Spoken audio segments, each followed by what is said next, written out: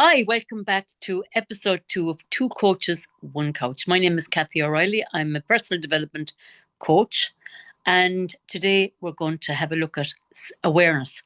So, Siobhan, Hi, I'm Siobhan. Welcome back to episode 2. I am a life and recovery coach, and yeah, we're going to talk about awareness today, Kathy. where?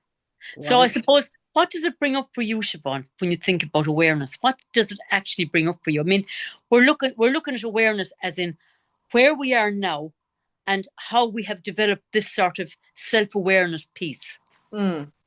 I suppose layman's term, what awareness is, it's the ability to notice Mm, without judging it, I would say. So mm, whether it's a thought or a feeling or a behavior, you're able to be consciously present in mm, that moment and think, I'm feeling this, or I'm aware that I'm doing something. So you're noticing me mm, and being consciously aware, like mm, awake kind of thing in that moment and thinking, yeah, I'm feeling that. But mm. observing it, not actually being entangled in.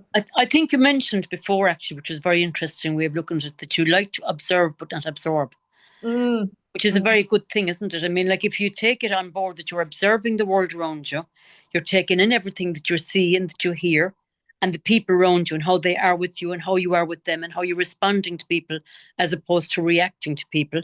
All of that becomes your journey in self awareness, but mm. not to absorb it so that you become overwhelmed.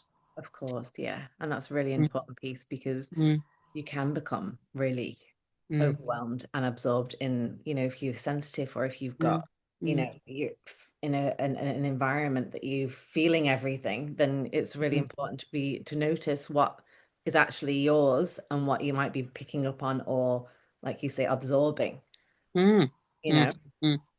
So what would it mean for you? Like, what does awareness mean? Well, Like, how would you kind of begin to mm. show the audience, let's say, like how you can become, like how to start noticing, or what does it mean for you? For me, awareness is really about looking at where you are now, for example. Even if you're in a position today out there and you're thinking, what does awareness mean? What does it look like for you? My beginning, I'm going to go back to the beginning of my awareness journey. Brilliant. And for me, I would have said that I was probably the rat on the wheel, that kind of just doing, doing, doing, not thinking, not asking myself, did it suit me? Was I okay with this? Did I have a voice in it? And a lot of that would have come from my own background and my childhood. Mm, So I will bring this in straight away because sometimes on the awareness journey, we have to look back at what it was like for us as children. And if we can get back to that place of what life was like when we were children, we'll know how we were in that environment then. So if you came from a family that was a little chaotic, I'm not talking about outrageously chaotic, but a little chaotic. Like for us, there were 6 children in the family. We always had elderly people living with us. As I always say, we carried a couple of geriatrics all our lives with us as well. They would have been my mother's people. So mm, it was a very, very busy, noisy home. mm, And for me, it was about just survival, really, in that. So as I got older and as I left there and started to make my way in the world, I really was living out of a place of just being sort of pulled and dragged into all kinds of energies without knowing who I was myself and all of that. So mm. for me, I always like to look at a self awareness journey as in what was it like in the very, very beginning? Okay. Where did it start? And to find your voice and to hear yourself for the first time, having your own views and your own sort of values being heard in yourself. That's the beginning of really looking at your actual awareness of who you are in the world, for Mm. me. Yeah, it's beautiful, Kathy. And where would you say, so if you, so your conditioning, let's say, so how you were Hmm. taught, what Hmm. you learned to do, when was it the first time that you thought, oh, you became aware that that maybe isn't how you want to do something, or Hmm. that isn't necessarily your go-to, although you've been taught to do that. So how did you first notice yourself to become more aware, if that makes Hmm. sense? But I suppose we all talk about people pleasing now as a personality type, people pleasing. So I would have been a people pleaser. And I think it's so common. This is something that I hear a lot in my room, and I know that you do with your clients too, that it's about the people pleasing part of us. That we actually get to a place where one day we realize, just maybe in a moment, I can't do that. That doesn't feel right. I'm tired of pleasing. This is wrong. I'm being taken completely for granted here. And in that Mm. moment, it may be momentary, but even in that moment, it's like, oh, it's a kind of an aha moment, thinking, Yeah. I can actually say no. Yeah, So for yeah. me, the people pleasing part was the one that I had to get over. And I think it's so, so, so common. And Mm. it takes a lot of practice and it takes time in your journey of awareness to be able to stand back from a position that you've been finding yourself forever in and saying, I actually can say no here. Yeah, it's beautiful. I think as well, when you look like at how to start, so say for people pleasing, for Mm, example. So you have moments of like you're not consciously doing something. So say in mm, school, you go to school, okay, today we've got maths, we're going to get out a notebook. So you're kind of just on autopilot doing, right? So there's a moment that you think, it's just a thought though, right? So it's a thought, I don't really like this, I don't know what to do. So it's actually being aware then to ask for help. So using your voice in those moments that you don't mm, necessarily know what to, because you've been given. So you said there you conditioned your environment, you were always just, so the moment that you stop, let's say, to gain that kind of mm, breakage of people pleasing or using your voice is the moment that you become aware and say, I actually don't know how to do this, or I don't know what to do here, So you're bringing it's in the moment for yourself and feeling it and noticing it and being able to work from that then. mm, 100%. And I suppose, like, the thing about self awareness journey is because of social media and because of us in our podcast and people like us that do this work, people have become very, very, very much more aware now than they ever were. They Mm, really are. They're way more aware than they were going back, we'll say, 10, 15, 20 years ago. People were just not into this type of thinking. mm, They just did what they had to do and they survived. It was a survival method. You're surviving the world, mm, surviving your life. But now people are kind of more reflective and they're doing this internal journey where they want more of themselves to be seen, mm, heard, accepted, loved, appreciated. And they really are coming into their own. I think it's a huge thing that's happening at the moment, is where people are coming into their own around their journey of awareness. mm. But it's about understanding themselves as well, because there's all these buzzwords, like you know, self-regulation, these are totally new to people, like you say, because people have just operated from the moment they're born and got on with things, Mm, depending on how you brought up, your environment. There's so many factors at play that mm, it's now people are like, well, sure, what are you talking about? Or, people just, but mm, it's beautiful that people are becoming more aware in how they behave and how they think and how they respond and how they interact with one another, so mm. it's really positive, really, really positive. Mm. It is very positive. Yeah, it is. I suppose there's in every positive there's a little negative, isn't there? I mean, in a relationship, sometimes in a relationship with your partner and your lifetime people with you. Sometimes if you're on a journey of awareness, and a lot of my clients are women. I deal mainly with women. They're 95% women. Mhm. So for me, it's during that, particularly during that menopausal time, they'll start becoming really heightened awareness will come in then around what am I actually doing here now? And sometimes when they start their journey of awareness, their partner doesn't really catch up with them. So there's a kind of that's where the conflict and the chaos can come when the change starts to happen. Mm. You And know, when you say their journey of awareness, let's say, are you saying that they're wanting to change something or they're becoming aware of what? Like, break that down a little bit more. I think they're coming into their own in that they're actually asking everything, things that they would have just taken as roles in life that you play out of. Like we've looked at masks and hats before, the Mm, hats we wear, the roles we play, the mm, things we have to do because I'm the mother, I'm the wife, I'm the this, I'm that. But like they just wake up one day and they start thinking, I'm done with this. I'm sick of it. There has to be more to life. yeah. So that self-inquiry starts. And then they Mm, maybe go to the like a shelf and Eason's or whatever, and they'll start buying self-help books, or mm, they'll lean out and they'll look for a coach and they'll work with somebody that starts unpacking what's coming up for them. They'll look at their childhood, like we look at our clients, will say childhoods and that. And what happens is they come home and the partner finds it hard because they don't say anything at all wrong. They're happy with the way things are. There's nothing wrong here, like.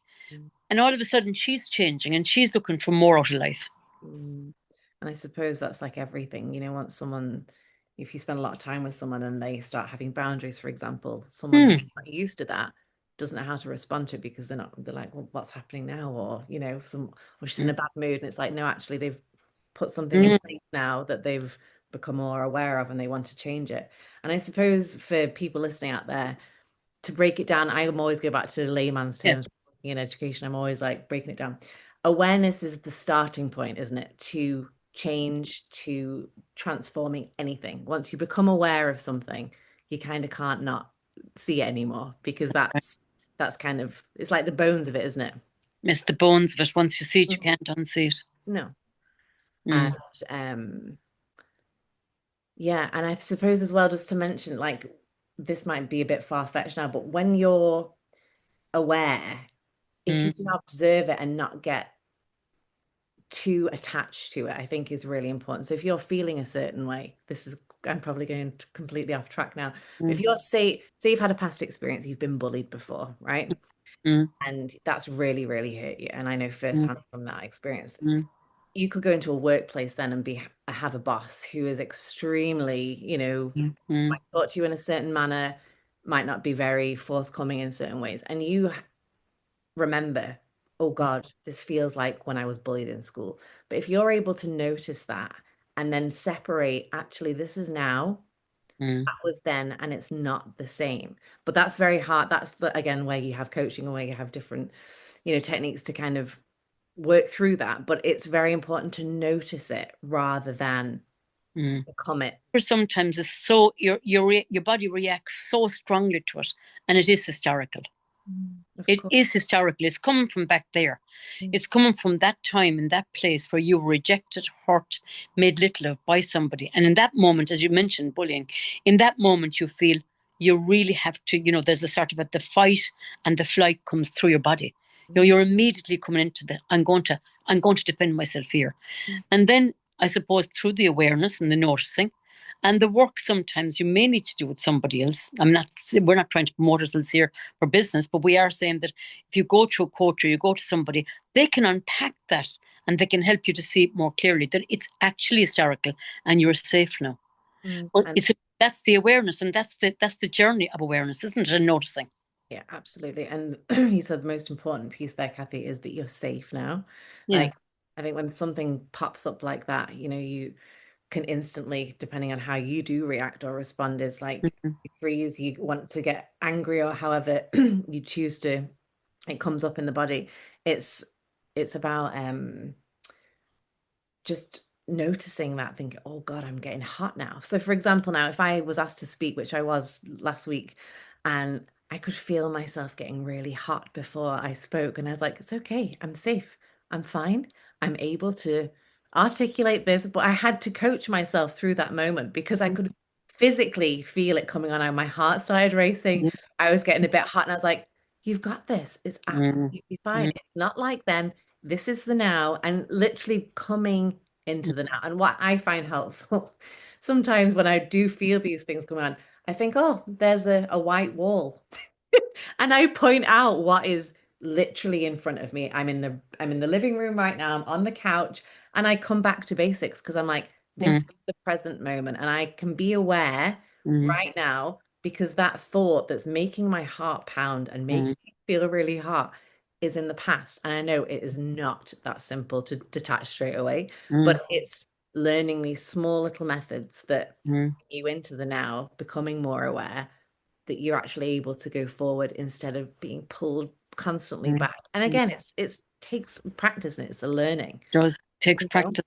I suppose what comes up for me there really when you're saying that, first of all, it's a fantastic thing you've shared there because we all find ourselves at times like, when we really wouldn't have been able to do those things in the past Mm, as we'd have been so nervous, so scared of being seen, so embarrassed about our mouths opening and the sound coming out. mm, So, like to have come from, to be able to come into a place of saying, I'm getting hot, I'm getting sweaty, my heart is starting to jump here, but I'm safe and I know that I can do these certain techniques to mm, help me to bring me back into the present and I will be able to do this.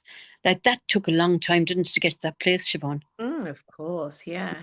And Yeah. like some people, you know, are just so used to doing things, like you said earlier, you condition just you just get on with things, you get on with things, but they still might experience those same fears, the same like, oh God, I don't want to do this, but it can take over people more than others, Yes. depending on how you operate. And I think that it's like for me personally, that took a long time because I was very, very quiet as a child, very shy, didn't speak much, just did what I was told and kind of, so it took me ages to kind of work through that, which is why I do what I do because I've learned to do it myself. So I Mhm. And I suppose that's something I want to stay with now for a minute. So, like, and I would also share with you, and I'm sharing with anybody that's listening today. I was actually the mouse around the house as well, and I came from a place where I didn't have a voice, and I was a good child, and I was very obedient, and I was very compliant. So, I suppose what I'm going to ask you really in this moment, like when you mentioned about what you can do now, how far you've come from that time, like, I mean, isn't it precious to know that you can do that though? Yeah, That it's you can make that journey, that you've made that journey. That's so powerful because, I think that sometimes when people see people like us doing a podcast or working as coaches and what have you, they think, oh, well, they're just so confident and they were always like that. And that's so not true. no, no, no, no. And it's interesting because there's there's a great liberation that comes when you work through something, Yeah. and I'll share this no problem. It's like people who like I used to drink. I gave up drink 4 years ago. I'm in recovery from it, but there's a great confidence that comes from moments that you once would have depended or relied on something. And then when you can get through it, you know, there's a great, it's liberating. And then that propels you forward because you're like, I don't need, I'm okay. I am okay without something that Of when you course. work through something Mm-hmm. or you push past that fear, every time Mm-hmm. you do it, you gain a little, oh yeah, it wasn't as bad as I thought. And it gives you an inner strength then and an inner peace because you're like, actually, it wasn't as hard as I thought. And I've created so much weight to it that Yeah, actually it's not as bad as it feels. And mm, that's so important because it is. every time you do challenge it and work through it, and like you just said, like from being a child, I was very similar, Kathy, very shy, didn't ever want to be seen, speak, would never put my hand up in class. And now, like, I am quite confident, but those things can still, Jesus, pull me right back. But again, I'm being aware in the moment of it and thinking, okay, yeah, you've come this far. Come on, keep going, you know? So, Mm, mm. yeah. Yeah, that is just so beautiful, and I think that anyone that's listening today is going to really feel this because those moments, those magical moments of feeling a little different and empowered, whatever that magic moment is, Mm, I mean, you can actually be completely addicted to making people like you. You can. It becomes like whatever I do in this world today, I've got to come home this evening and know that people that I met today liked me. That can be an addiction in itself, like just to get through the day without ruffling any feathers, and and then the discomfort of sometimes having people that don't like you. That's the beginning of change as well.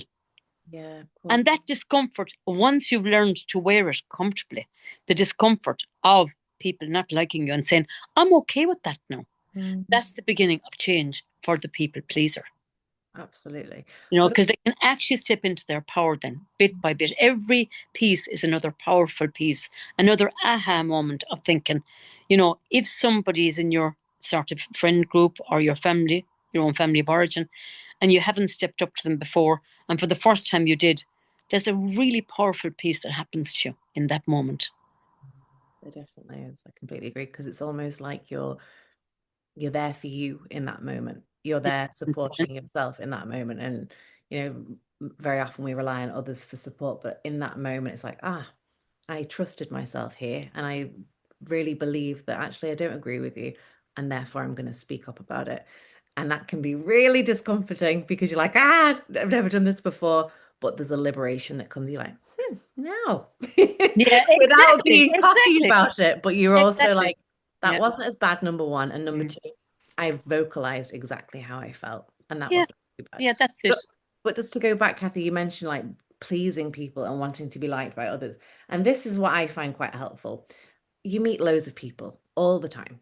And Mm. there's some people that might not just be your cup of tea, right? Right. It doesn't mean that you're rude to Mm. them or Mm. you're nasty to them, but you might not connect with them. And that's okay. So when I look at my own self, then I'm like, I don't need to be liked by everybody because I don't, not that I dislike lots of people, but I might not connect with certain people. And that's life, that's nature. You know, you get on with some people, Mm, you might not get on with others. So for anyone who is a chronic people pleaser, know that it's okay not to like other people, you know, or it's mm, okay to be disliked. There's a great book, I think it's called, oh, is it The Courage to Be Disliked? mm, We can always share that mm, mm, to anyone listening. It's a brilliant book because mm, it really talks about those principles of, you know, we are all made up very differently. We all come from very different backgrounds. mm, And it's very normal not you shouldn't actually need to get along with everybody because you just don't need to, mm. you know? Well, you see, the thing about it is that, and I always say this to anybody that comes to me that has this kind of, I think that like most people will come with some part of that in them anyway, you know. Mm. But what I would always say to people that it has its advantages too, though. You know, in everything, because of your noticing and your awareness, whatever you're noticing about yourself, it's going to have a bit of a yin and yang in that, you know. There's going Mm. to be, like, for example, me being a people pleaser has made me a phenomenal businesswoman. Mm. I have to share that. I've been very successful in business because I've jumped through the loops to make it happen from my people that have worked with me, the people that I've trained, my clients coming through the door, the customer service. So it has brought that part of me has been absolutely advantageous. Yeah, I completely see that. But I must also say, Kathy, there's a difference in your personality. So you Mm, can be charismatic, you can be really likable, which I would mm, definitely agree that you are a really likable character. So mm, that attracts people, right? mm, But mm, there's a difference then with pleasing others. Do you know what I mean? It's like mm, again, mm, there's lots of different layers to it. But I can mm, imagine mm. So I I suppose it has its advantages. It's when it starts to compromise yourself. that's exactly. That's when it becomes a problem. I mean, at the end of the day, we go out, we do mask up, we do wear our hats, we do have our roles, we do. That's life. But we absolutely have to know when we're being compromised and when we're doing something that is compromising our own personal needs. Mm, That's when it's a problem. of course. And it's also the way I would look at it when you're pleasing other people, not only are you, you know, going against you because you're putting everyone else in front of you, Mm, you're also being dishonest. And I think this is really important mm, because mm. people pleasers are like, oh, and I've been there. I was like you, a prime people pleaser because I didn't really know any other way, is the Yes, truth. yes, of But course. it was being dishonest and I was technically lying because Mm, I was putting everyone else in front. It's okay. Yeah, no problem. I can do that. Yeah, okay. Because I did not want to be, mm, you know, disliked and I did not want to get it wrong. That was my two things. I did not mm, want to get it mm, wrong. What would happen if I got it wrong, you know? So, but it was actually being dishonest to somebody else because I was saying something that I could do and actually it wasn't right, you know? So mm. that's a really important thing. It's like being honest with you and others. Otherwise it's a disservice, you know, Mm, and it- it's not necessarily right, you know. mm, So that's true.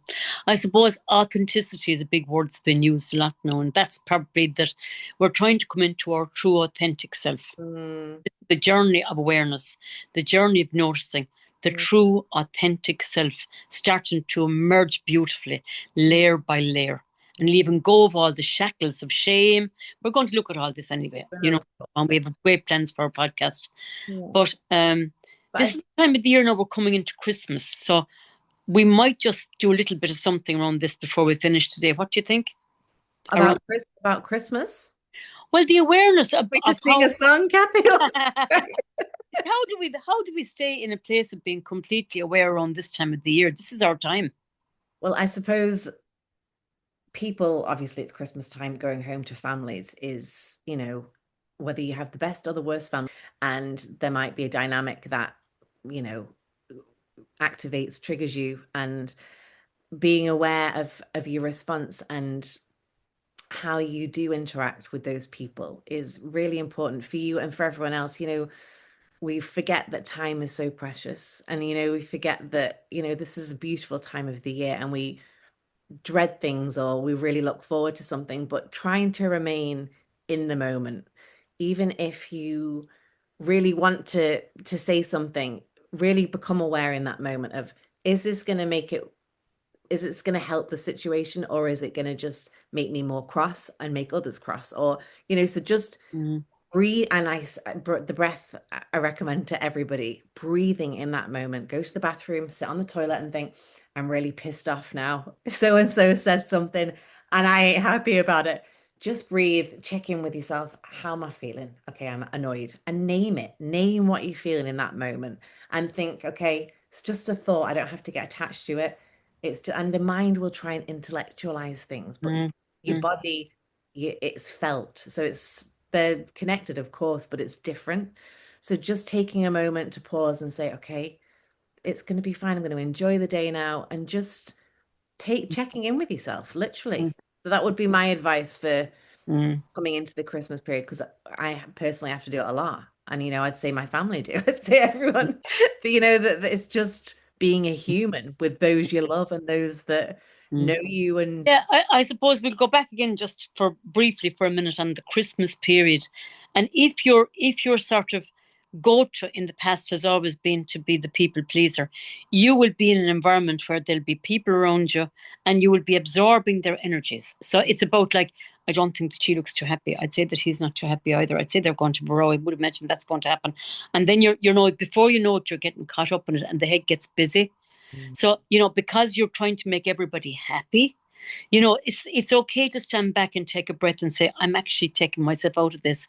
I don't have to fix everybody. no, It's not my responsibility to fix all of them today or tomorrow or the day before Christmas, because you're going through a period of Christmas now. So it's about being calm and being, as you said, the breathing is fantastic. And to know that it's not your responsibility to make the world happy, a happier place. You've just got to make sure that you're okay. yeah. And you mentioned there fixing everybody. You Fixing everybody's a problem. can't fix anybody. And No, that is a fact. And I'm really, really like you cannot fix nor make anyone else happy. Like you cannot, absolutely only not. the individual can fix Mm, themselves and they can make themselves happy. And for a people pleaser, that's really hard because you might be really susceptible to moods and be like, oh God, mm, you might have opened a present and they think, oh mm, Christ, they don't like it. And you want to instantly mm, save them. mm, mm, Just again noticing, okay, mm, that's mm. how they feel, and just really Lead with. becoming aware of those moments that you bought them a nice gift and they might not like it, but that's okay. It's the gesture that counts, so really Mm, speaking to yourself in those moments is really useful, it is. you know It really, really is. And if nothing else comes out of the self-awareness journey and the noticing, it's about being able to take that moment again. I'm always saying it, and I think that we're both onto it.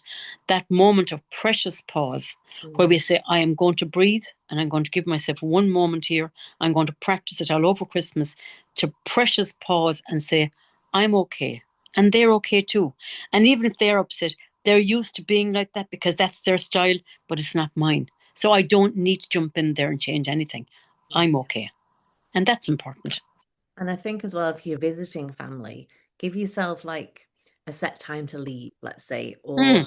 you know if it does get uncomfortable. I mean, it could be the best day ever, where I'm always going from like what if, Just in but case. just in case, Yeah. just have these little things just that are available Mm. that they To have. break the cycle is very important, isn't it? To break that sort of, you're in this sort of vibe, you know what I mean? It's Mm, important to break it. Walk away and break the cycle. Don't stay in there and wait for historically what happened before or what's happening in your body now, this trigger from before. So it's important to break it and walk away. You're mm, you're allowed to walk away. You're not, as they say, you're not a tree. You're not rooted in the ground. You can actually use your legs and walk. mm. You And it's know. interesting because most people are like, oh, I'll get over it. It's only a day. I can, Yeah, yeah, yeah. but Mm, actually, you're then enabling the behavior, or mm, you're allowing it, and then you might go home, drink a bottle of wine, and feel shit mm. because Yeah, that's right. not actually stood up or challenged that piece in the moment. You've actually Absolutely. allowed it to go on, and then who's going to wake up the next day with a banging headache because you've That's downed right. a bottle of wine because you've saved the piece. So Yes, it's yes. And they it's don't. again They're fine. Like they're actually fine. and probably none the wiser. Mm. So it's None the really wiser. again checking in with yourself. Should I say this? Yeah, it feels right. I'm going to say it. You Mm. know, for good and bad. Good For and good all of and it. bad. I Good kind and of bad. sound like quite negative, and I don't mean to, Mm, but it's mm, mm, mm, mm. it's those Being moments. it's being measured really and strategic. And these words are kind of, they sound as if they're very practiced and very, unauthentic, but they're actually really more authentic than being, responding very quickly and giving everything of yourself to everybody. To stand back with that precious pause and decide, you know, how is this whole thing sitting with me right now? And I am going to take that moment and I'm going to respond in a way that's going to work best for me. Mm, So that's the whole key really here, isn't it, for Christmas? mm, I was listening to Dr. Richard Hogan with Brendan O'Connor, and I don't know, did you hear it? It was really good actually. And he spoke mm, about that and he said, what do you do with people you don't get on with and they start acting the maggot around Christmas? And mm, Richard Hogan said you actually have to pull them up, because if you don't pull them up, as exactly what you said, Siobhan, you're walking away feeling like, Jesus, what happened there? Like, I yeah, was thrown under the bus. So even though it might cause a little bit of unease, at least it's said by yeah. putting it back in a person saying, what did that actually mean for you to say that to me? So it's about taking back your own power always. Absolutely. That's a great point, Kathy. And I didn't see that. I must listen to it. But I Mm. think, well, depending on how you operate, like some people might not ever challenge something. So depending on the person, it can be so liberating just to say, actually, would you mind not bringing that up this? Exactly, Or exactly, and then you're like, exactly. okay, I've challenged that. I've made my feelings quite clear. But to Mhm. walk away and think, I wish I'd said that, and that only addles you. It drives you It mad because it you does. It gets you it said it. gets your head busy, and you walk away feeling so uneasy. So by again, it goes back to the communication and the confidence in the communication and the authenticity you have with yourself first. Mm, To be able to say those simple, and I mean, his advice and our advice would always be the same. Not to get emotionally entangled in it. Just stick to the facts or friends. Why mm, did you say that? Or what did that mean for you to say that to me? Put it back. And then, the person has to either say it again. Another one that he says is a great one. No, he did this another time. I actually heard him saying it another time. Can you just repeat that again, please? I didn't hear you right the first time. And I brilliant. mean, when somebody's acting, a little bit bitchy or they're saying things they shouldn't say, and when they have to repeat it, you'd be surprised at how much they can squirm. Yeah. All of a sudden, their confidence looks a little bit different, you Mm. know? And another thing is when people, that's a great one. And can you just, I didn't understand what you meant by that. Can you just Yes, that's a repeat that? great That's one. brilliant. Can we unpack that one? Yeah. It's great. But when people use humor, this is something that I was around a lot. Mm. When someone uses humor, but it's still quite nasty, Oh, yeah, of it's course. not funny and it lands exactly how Mm, words are portrayed. So just because you're using humor, it's not mm, mm. acceptable. Oh, it was a joke, Yes, get over it. It's like, yeah, I'm yeah. not getting over it because No, number that's it. one, That's it. you Yeah. need to go back to comedy school. And number two, it's just not funny. So what did you mean by that? Like, Yes, please repeat what you meant because yes, that's not, yes. that wasn't funny. Yeah, that's it.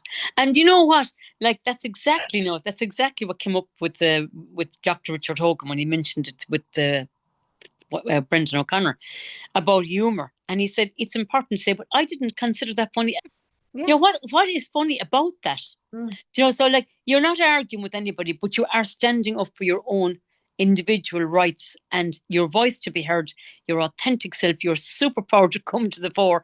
You don't want to cause trouble on Christmas Day or Christmas Eve or Stephen's Day or New Year, but you're coming into a new awareness, a new noticing, and your voice is starting to get stronger. mm. That's the idea, isn't it? Get it.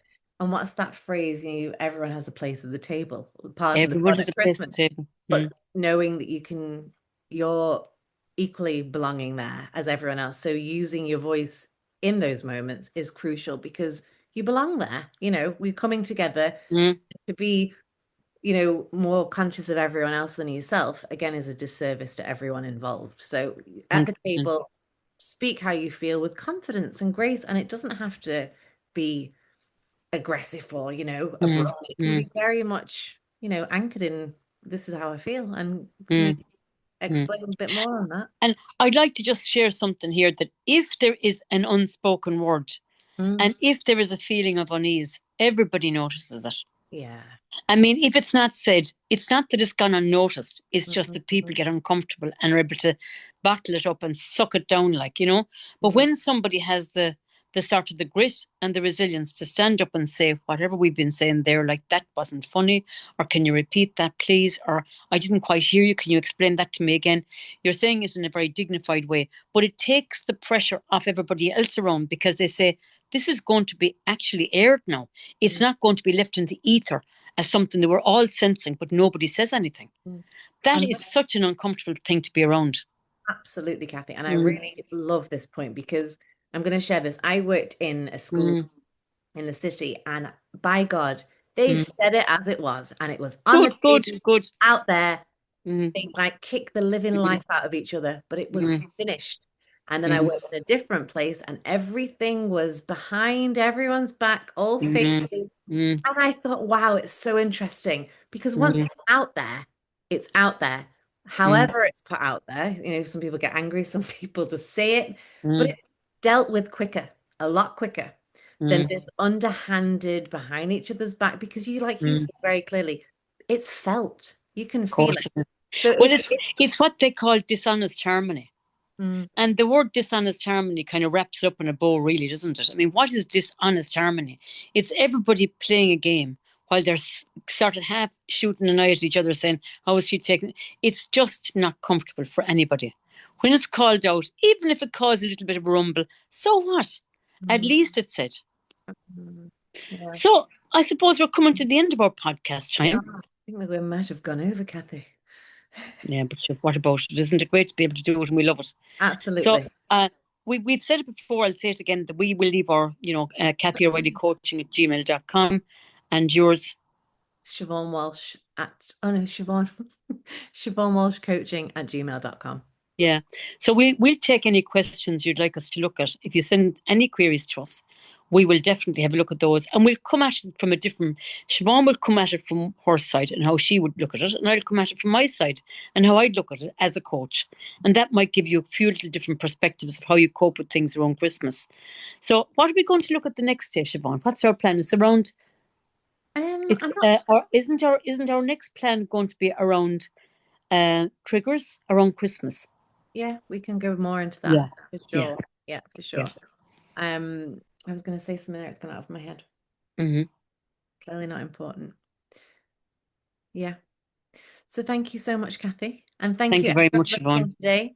And yes, we'll be back next week with Yeah. episode 3 Episode of 3, two Two coaches, Coaches, One one Couch. couch. Oh, Kathy, you're a superstar. Thank you Superstar. so much. Okay, And same to you, Siobhan. You're brilliant. if anyone has any questions, like you rightly said, and on Instagram as well, you Yeah, can put an email. So Siobhan Walsh Coaching and Kathy O'Reilly Coaching. yeah. You'll get us Yeah. on Instagram. Sure, we're always on that too. And you can private message us on that. We'll be delighted to hear from you. Yeah. Because like that, like we said last week, it's a place where people can ask whatever they want. This is a supportive Mm, platform for people. 100%. Yeah. Yeah. Where it's all shared and aired Okay. and Oh, all welcome. all welcome. Exactly, Siobhan. Brilliant, Kathy. Go on. Thank you so much. Okay. We'll see you all next week. Next week, please God. Talk Take to you then. care. Bye.